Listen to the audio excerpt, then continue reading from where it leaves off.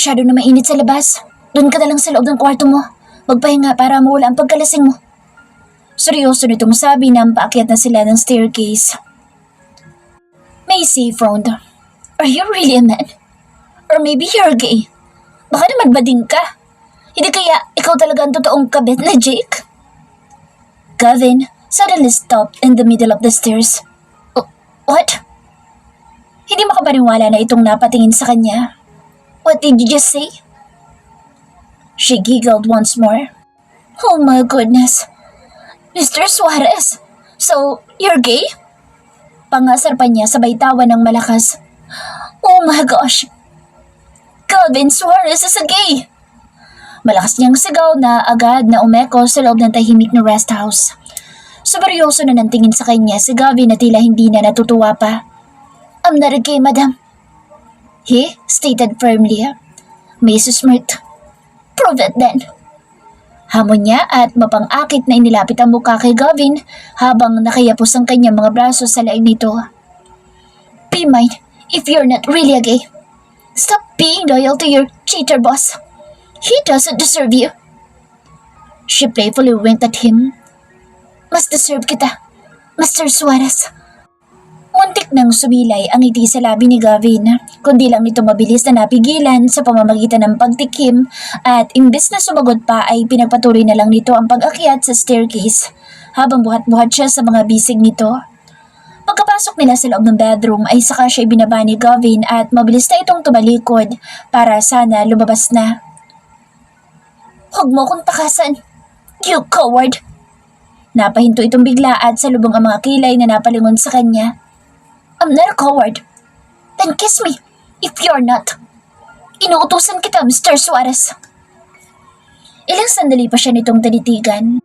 Akala niya ihahakbang na palapit para sundin ang utos niya, ngunit ganoon na lang ang pagkawala ng ngisi niya nang tinalikuran na siya nito at mabilis na itong lumabas ng bedroom. Para naman siyang naasar at nanggigil na sa inis. Kaya naman napasigaw na siya. I'll count to 3. If you still don't want me, I'll find someone else. Hindi lang naman ikaw lalaking pwede kong alokin. 1, 2, 3. Ngunit walang Gavin na bumalik. Napapadyak na lang si Macy sa inis at sandaling napapikit dahil parang sumakit bigla ang ulo niya sa pagsigaw. Masyadong tuwag. Asik na lang niya at pumasok na lang ng bathroom para sana magbabad na lang sa bathtub. Ngunit pagkapasok niya pa lang sa pinto ay bigla na lang na may malakas na humila sa kanyang isang braso, dahilan para mapalangon siya at mapaharap. Ngunit pagharap niya ay ganoon na lang ang pagsingap niya dahil sa mabilis na pagkalabit sa kanyang batok at namilog na lang ang kanyang mga mata nang may sumakop na sa kanyang labi. Parang sandali siyang naniga sa gulat at hindi nakagalaw sa kanyang kinatatayuan habang marahan ng hinahalikan ni Gavin ang labi niya. Hindi nagtagal ay bumitaw na ito at doon naman siya napakurap na parang unti-unti nang nagising sa pagkagulat. Nagtama na ang kanilang mga mata. So, pumapayag ka ng maging akin? Tanong na kumawala sa bibig ni Macy. Gavin swallowed. I do. Pause nitong sagot at hindi na siya hinayaan pang magsalita muli dahil muli na nitong siniil ng halik ang kanyang nakaawang na labi. Napangisi na lang si Macy at imbes na itulak papalayo si Gavin, mabilis na lang niyang niyapo sa mga braso sa leeg nito at tuluyan ng tumugon sa mapangahas nitong halik. Their kiss deepened and Macy felt herself becoming increasingly intoxicated as their lips engaged in a passionate battle. Gavin's kiss was soft and protective, yet fiercely passionate at the same time. Pero si Macy ay marahas ang atake niyang halik at may nalasahan din siyang dugo mula sa labi ni Gavin dahil sa sugat nito gawa ng kanyang pagkagat kahapon. Gumagaling na pero sa klase ng halik niya, ngayon ay parang nagiging sariwa ulit.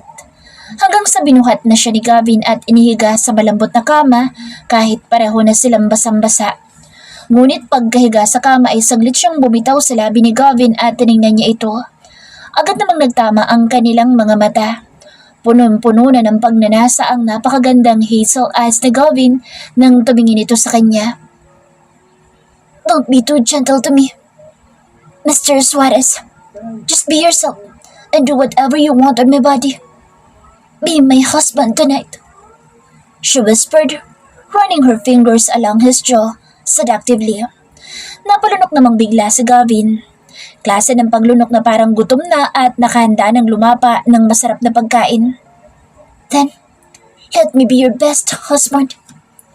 He replied in a husky voice, not allowing her to speak further as he once again claimed her lips with a kiss. However, as Gavin kissed her once again, it was no longer as gentle as before, becoming more aggressive as if he were starving and parched for her, as if wanting to devour her whole, seemingly not wanting to stop. Hindi na mapigilan ni Macy ang mapangisi dahil parang bigla na lang nagising ang isang mabangis na tigre sa paningin niya. Si Gavin na dating isa lang maamong tupa. And she likes it. He became more attractive and handsome in her eyes. Macy's eyes closed in pleasure. Ganon din si Gavin. Nakapikit din ang mga mata nito na parang lunod na lunod na. After a moment, he left her lips and trailed soft kisses along her jawline, down to her neck where he sensually licked her.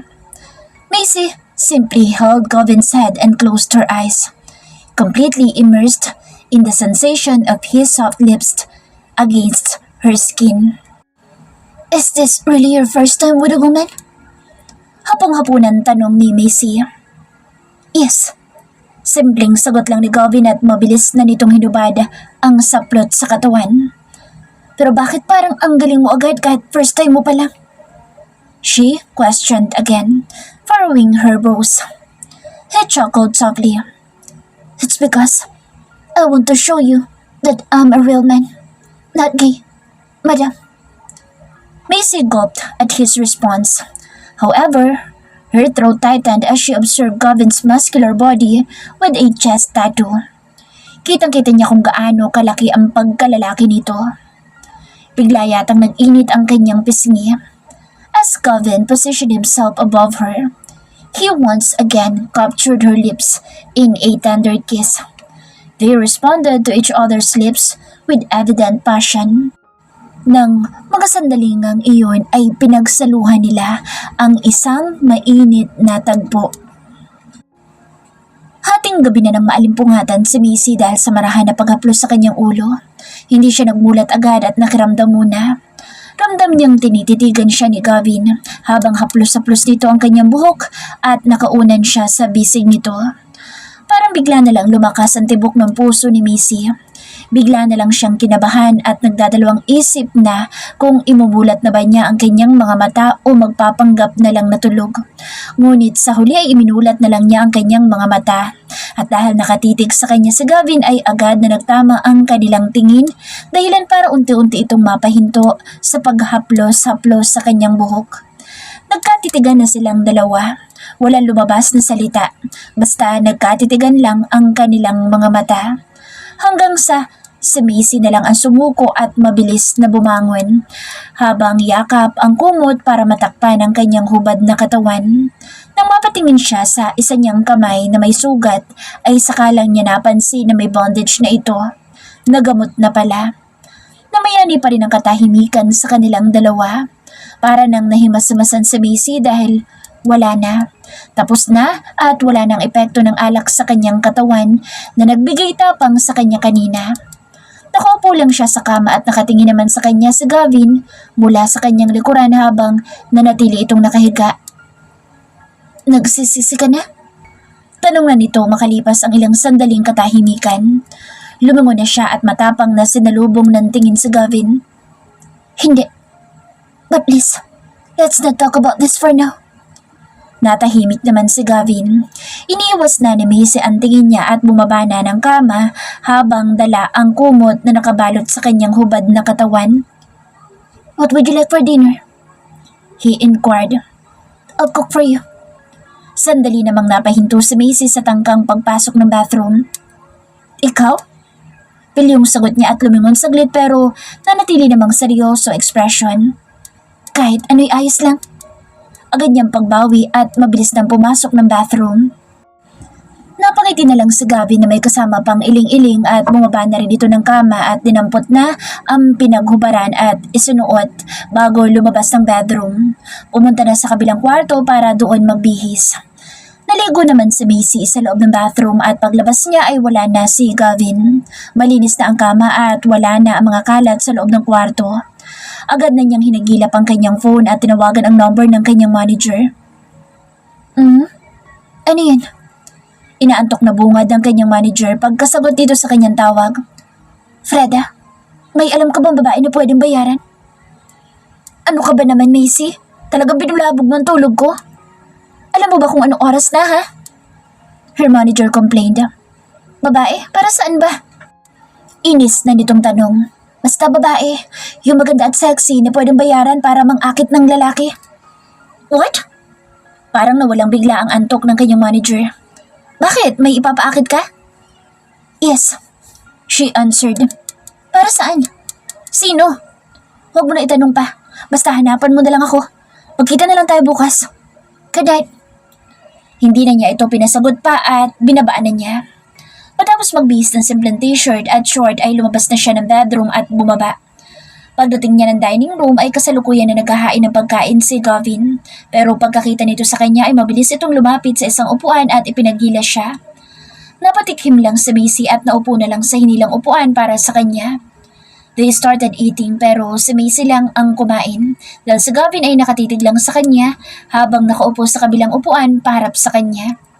Pakiramdam ni Macy ay mabubulunan na siya anumang sandali dahil kahit hindi siya nakatingin ay ramdam na ramdam niya ang pagtitig ni Gavin sa kanya. Hindi ka mabubusog kung tititigan mo lang ako ng ganyan. Sita na niya rito na hindi na nakatiis pa dahil naiilang na rin siya sa klase ng titig nito. Doon ay saka naman natauhan sa Gavin na napatikim na lang at mabilis nang iniiwas ang tingin. Tumawag na pala sa boss. Bukas na raw ang uwi niya. Bigla na lang napahinto sa Macy sa narinig. Kinaumagahan ay umuwi na sila ni Gavin pabalik sa mansyon ng kanyang asawa at habang nasa biyahe ay walang imik si Macy sa backseat. Nakasandal lang siya sa upuan at ipinikit ang mga mata na may suot na sunglasses. Habang si Gavin naman ay tahimik lang na nagmamaneho. Pero pasimple siya nitong tinitingnan sa rearview mirror. It was past 5 in the afternoon when Macy had just finished taking a refreshing shower and was now leisurely lounging on the balcony, wrapped in a luxurious red bathrobe. Ilang sandali pa ang lumipas ay natanaw na niya mula sa malayo ang pagbukas ng malaking gate at ang pagpasok ng tatlong magkakasunod na itim na kotse.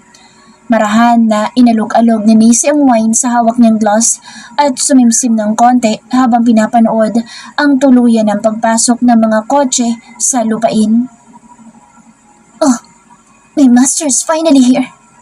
Nakangising komento niya bago muling sumimsim ng wine sa glass hanggang sa tuluyan ng nagsihinto ang tatlong kotse sa labas ng mansyon. Umalis na si Macy ng balcony at bumaba na ng stairs nang hindi na nag-abala pang magbihis. Suot pa rin ang kanyang red robe. She was only halfway down the stairs when she saw her husband enter the door wearing an all-black outfit, black pants, a black long-sleeve shirt rolled up to the elbows, and black leather shoes. Pagkakita nito sa kanya ay agad na napahinto sa paghakbang at unti-unting nagliwanag ang mukha. Hanggang sa ngumiti na at mabilis na lumapit sa stairs para salubungin siya.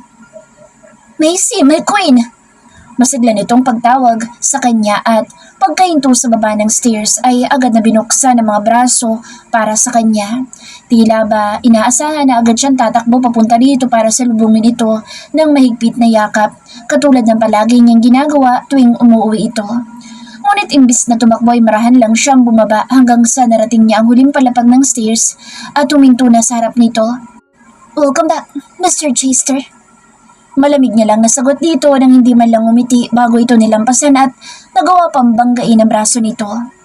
Parang hindi naman makapaniwala si Jake. What? Mr. Chester? Bahagya itong natawa at mabilis na humabol sa kanya. Come on, honey. Give me a hug. Ignoring him, she was about to head straight to the kitchen. However, before reaching the door, Jake caught her by the waist and hugged her. I'd miss you so much. he said, hugging her from behind and planting a kiss on her cheek. Parang bigla namang nandiri si Macy at mabilis na pinunasan ng kamay ang kanyang pisngi. Pwede ba? Huwag mo nga akong mahalik-halikan. And please don't hug me. Kakaligo ko lang, baka mga tipa ako sa'yo.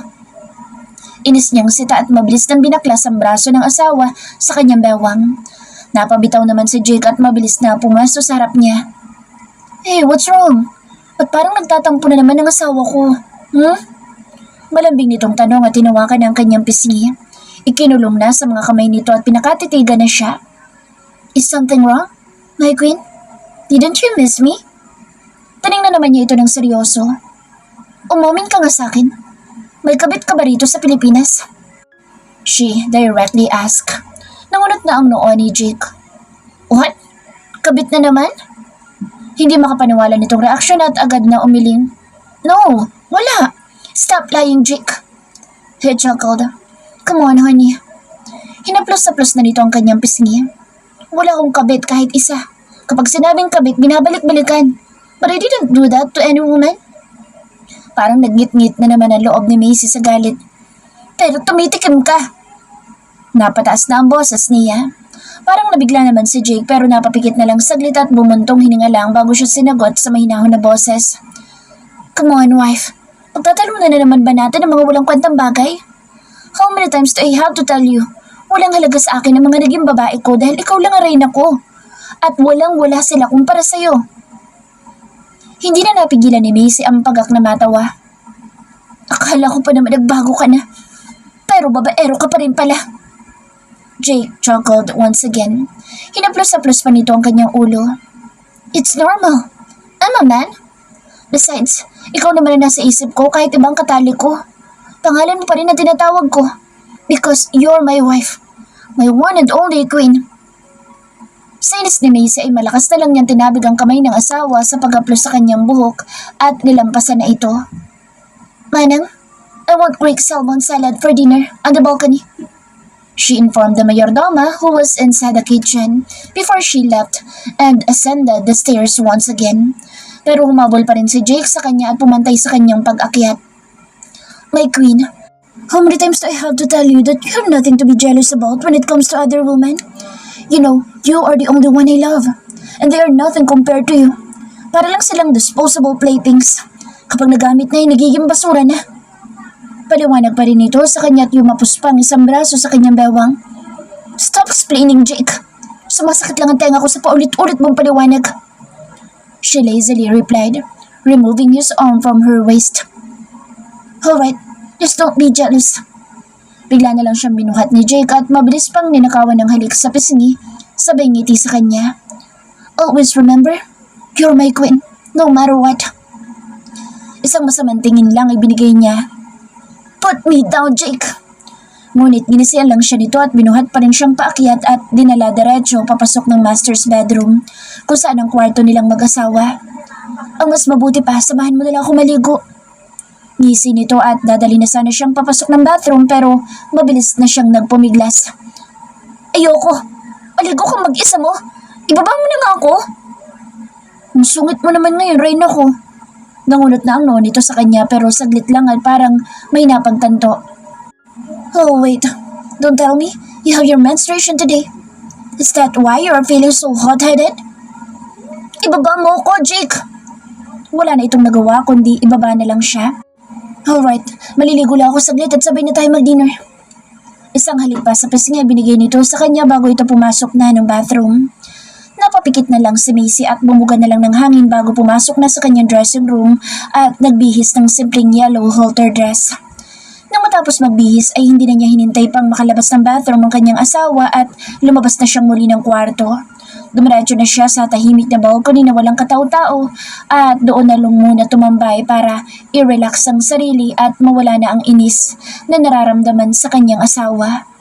Nakatayo lang siya sa may balustre ng balcony nang mapatingin siya sa baba at nakita niya ang dalawang lalaking tauhan ng kanyang asawa na nakatayo malapit sa may fountain at parang may kung anong pinag-uusapan. Nakasuot ng black suit ang isa habang ang isa naman ay naka-gray pants with vest. Sa isang iglap ay bigla na lang sumilay ang munting ngisi sa labi ni Macy. Hanggang sa natapos ang pag-uusap ng dalawang lalaki at umalis na ang isang naka-black suit. Naiwan naman ang naka-gray vest ng nakapamulsa at akmang aalis na rin sa kinatatayuan. Pero nang aksidente itong napatingin sa taas at nahagip siya ng tingin, doon na ito unti-unting napahinto. Malayo man ngunit agad na nagtama ang tingin nilang dalawa. Hindi iniiwas ni Macy ang tingin niya at ganoon din si Gavin sa kanya habang nakapamulsa pa mga kamay sa suot nitong pants. Nagkatitigan na silang dalawa and she gave him a sweet smile. Ngunit sa kanyang pagngiti rito ay bigla na lang iniiwas ni Gavin ang tingin nito sa kanya at mabilis na ibinaling sa ibang direksyon. Napasimangot naman siyang bigla at agad na naasar dahil akala niya ay ayaw nito sa ngiti niya. Pero nagulat na lang siya na may mga braso na bigla na lang yumapos ng mabilis sa kanyang bewang. Anong tinitingnan ng Reyna ko? Tanong ni Jake sa kanya na siyang yumakap at tumingin sa baba. Mabuti na lang ay wala na roon si Gavin dahil mabilis na itong nakaalis. Pinapanood ko lang ang paglubog ng sunset. Irap na lang nasagot ni Macy na may pagkadismaya sa boses dahil sa inis na hindi siya nangiti ang pabalik ni Gavin. Ngumiti naman si Jake at mas lalo itong yumakap sa kanya. Sumiksik pa mukha sa kanyang leeg. Let's watch the sunset together then. Napabuntong hininga na lang si Macy at hindi na lang nagreklamo pa. Tumingin na lang sa sunset na papalubog na at pinanood na lang nilang mag-asawa. Mabilis naman naghanda ng pagkain ng mga nasa mahigit 10 katulong at doon dinala sa malawak na balcony kung saan nandoon ang isang mahabang luxurious marble dining table. Nang maihanda na ang mga pagkain ay ipinagila siya ni Jake ng upuan at inumpisahan na nilang mag-dinner. 2 katulong ang nagpaiwan at nakatayo lang sa isang tabi at 4 na armadong tauhan naman ni Jake ang nakatayo sa magkabilang sulok ng balcony at isa na roon si Gavin. Sa 3 linggo na nawala ko, mas lalo kaya atang gumaganda ngayon, mahal kong Reyna. Puna na sa kanya ni Jake habang kasalukuyan na silang kumakain. Reyna, bakit kaya kapag ikaw ang bumibigkas niyan ay parang nagiging tunog alipin sa pandinig ko? She mockingly replied. Come on, my queen. Don't say that. Jake chuckled. You know what? May surprise pala ko sa'yo para hindi na uminit pang ulo mo. Sandali itong napahinto at lumingon sa kabilang banda kung saan nandoon nakatayo ang kanang kamay na tauhan. Gavin, pakikuha nga sa kotse ko yung regalo ko para sa asawa ko. Yes, boss. Mabilis naman ito umalis para sumunod sa utos. Pinagpatuloy lang ni Macy ang pagkain hanggang sa nakabalik si Gavin at inilapag na nito ang isang black luxury paper bag sa harap ng boss. Doon ay binitawan na ni Jake ang kubyertos at binuksan ang paper bag. Inilabas ang isang navy blue luxury box sa loob bago ito tumayo at pumasto sa likuran niya. Close your eyes for a moment, my queen.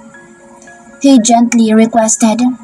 Wala nang nagawa si Macy kundi ihinto muna ang kain at tamad na ipinikit na lang ang mga mata. Ilang sandali pa ay naramdaman na niya ang paglapat ng malamig na necklace sa kanyang leeg. Open your eyes now, my darling.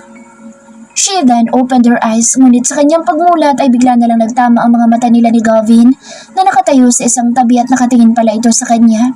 Pero nang mapatingin siya ay mabilis na nitong iniiwas ang tingin at ibinaling na lang sa baba. It looks beautiful on you, my wife. Jake complimented her with a warm smile as he returned to his seat. Napaplos na lang si Macy sa necklace sa kanyang leeg. Sumenyas naman si Jake sa isang katulong at agad naman itong naintindihan ang ipinag-uutos. Kaya dali-dali itong umalis at pagbalik ay may dala ng salamin na agad na hinawakan paharap kay Macy. Mula sa salamin na hawak ng katulong ay agad namang tiningnan ni Macy ang necklace sa kanyang leeg. Triangle chain ang design at diamond cut, lahat, buong chain. It exudes an aura of elegance and luxury. Napakaganda. Nagustuhan niya ang design pero sa isipan na ibinibigay ito ng kanyang asawa para lang suyuin siya at palampasin ang pambababae nito ay parang nawala agad ang ganda ng necklace sa paningin niya. Nagustuhan mo ba, Reyna ko? Ngiting tanong ni Jake. No, I don't like the design. She answered. Manang, pakahubad nga sa leg ko. Pagtawag na niya sa isang katulong. Yes, ma'am. Mabilis naman ito lumapit at hinubad mula sa kanyang leeg ang necklace bago binalik sa box nito. Personal kong pinadesign yan. Bakit hindi mo nagustuhan? Reaksyon ni Jake na unti-unti nang nawala ang ngiti. Maybe, dahil magkaiba ang gusto natin pagdating sa mga bagay-bagay. May hinahon lang na sagot ni Macy at muli nang dinampot ang kubyertos para ipagpatuloy ang kain. Ilang sandali pang napatitig si Jake sa kanya bago nito muling sumagot. Alright, pagagawa na lang kita ng bago. Papupuntahin ko dito bukas sa designer ng Marsh Jewelry para makapili ka ng design na gusto mo. No need, Jake. She cut him off. Hindi ko kailangan ng bagong diamond necklace o kahit na ano pa mang mamahaling bagay. Marami ka nang naibigay at hindi ko pa naisusuot ang iba. So, what do you want now? Wala. Napabuntong hininga na lang si Jake at mahinang umiling-iling bago dinampot na lang ang glass at sumimsim ng wine. Pasimple namang napatingin si Macy sa kabilang banda at nahuli niyang muli si Gavin nakatingin sa kanya. Pero bago pa ito makaiwas muli ay mabilis na niyang kinindatan nang saktong hindi naman nakatingin ang kanyang asawa. Sa isang iglap ay bigla na lang sumilay ang ngiti ni Gavin kahit nakatuon na ang tingin sa baba. Hindi na rin mapigilan ni Macy ang pasimpleng mapangiti at dinampot na lang ang kanyang wine glass at uminom. Hanggang sa muling nagsalita si Jake. Nga pala, mahal kong Reyna. Katatawag lang ng daddy mo kanina. Iniimbitahan niya tayo pumunta sa kanyang mansyon para sa first anniversary nila ng kanyang bagong asawa. Bigla na lang napaismid si Macy sa narinig. Hindi ako pupunta. Ikaw na lang kung gusto mo. Come on, baka magtampo ang daddy mo if we don't show up. I'm sure all your siblings will be there. Jake insisted. Pues magtampo siya hanggat gusto niya. Alam ko naman na hindi rin magtatagal ang relasyon niya sa kanyang bagong asawa na iyon at aabandonin din niya na parang isang nabubulok na basura kapag napagsawaan na niya. Knowing him, parang ikaw lang din. Kayong dalawa yata ang tunay na mag-ama, hindi kami. Bigla na lang naubo si Jake sa ininom na wine at bahagya ng natawa. Come on, my wife. Malaki ang respeto ko sa iyong ama pero hindi naman ako katulad niya na papalit-palit ng asawa. Macy mockingly chuckled. Hindi ka nga papalit-palit ng asawa pero papalit-palit ka naman ng mga babae. Parang ganun lang din yun. Walang pinagkaiba. Kaya siguro ikaw ang pinakapaboritong son-in-law ni Dad dahil wala kayong pagkakaiba. Parehong mga babaero. Macy has decided to return to her job because her manager called her for an upcoming fashion show where she is a participant under a clothing line contract. Pero habang inaayusan siya ng kanyang glam team sa dressing room, ay panay-chismisa naman ng mga ito. Alam niyo ba, nakabalik na si Arya Perez. And have you heard the latest rumors about her? It said that she went on a date in Italy with Jake Chester, the CEO of the Marcy Empire. Yes, I heard about it too because there were photos of them together in a hotel. But those circulating photos disappeared quickly. Malamang, pinalinis na iyon ni Mr. Chester para hindi na makarating pa sa kanyang asawa. Pero alam niyo ba, ayon pa sa balibalita, Miss Arya now resides in the luxurious Chester apartment, which is also owned by Jake Chester. Oh my God, ang swerte pala niya at billionaire naging kabit niya. Tiniis na lang ni Macy ang naririnig na chismisa ng kanyang glam team, pero sa loob-loob niya ay nanggigigil na siya, hanggang sa hindi na siya nakatiis pa. Nandito pa si Arya ngayon sa building? Tanong na niya na sumabat na sa usapan ng mga ito. Yes, Miss Macy. Ang alam ko ay kababalik niya ng kahapon mula sa Italy. I think, makakasama mo yata siya ngayon sa fashion show. And guess what? Narinig ko ipinagyayabang niya kanina sa glam team na binigyan siya ng diamond necklace ng kanyang secret boyfriend daw. She didn't mention the name, but it's pretty obvious she's referring to Jake Chester. Especially since they were photographed together in Italy. Malamang kaya niya hindi maamin ay alam niya may asawa na sinasabi niyang secret boyfriend niya. Ang bilis nga nila maglinis ng kalat kasi nawala agad sa internet ang kumalat nilang litrato. Napahinga na lang ng malalim si Macy para panatilihin ang pagiging kalmado. Matapos siyang ayusan ng kanyang glam team, ilang minuto lang ang lumipas, ay nagsimula na ang fashion show. Blanko lang ang expression ni Macy habang rumarampa sa fashion show. At kahit nakasalubong na niya si Arya sa taas ng stage, ay nanatili pa rin siyang kalmado. Macy, darling! I'm sorry for being late. Salubong sa kanya ng manager niya, saktong pagbaba niya ng stage dahil katatapos lang ng fashion show. Nga pala, yung tungkol sa sinasabi mo sa akin, may nahanap na ako. She's sexy and beautiful. 23 years old pa lang. Okay na ba yun? Parang bigla namang nagliwanag ang mukha niya sa narinig. Yes, okay na yun. Tamang-tama lang ang edad. Nasaan na? She's waiting in the dressing room. Kaya naman napangisi na lang si Macy at dumiretso na sa dressing room niya. Sumunod naman ang kanyang manager. Pagkapasok ng dressing room ay nandoon nga isang magandang babae na nakaupo sa may upuan, mag-isang naghihintay. Mabilis naman itong tumayo pagkapasok nila at agad na bumati. Hello po, Miss Macy. It's a pleasure to meet you. I'm Jillian. Magalang nitong pagpapakilala. Kumalukip-kip si Macy at pinasadahan na ng tingin ang babae mula ulo hanggang paa. Marahan pa siyang umikot sa paligid nito para makita ng maayos ang pangangatawan nito. The woman was stunning with fair skin, a slender waist, and stood at approximately 5'5" in height. Nakahanda ka bang ibigay ang sarili mo sa lalaking ipapaakit ko sa iyo?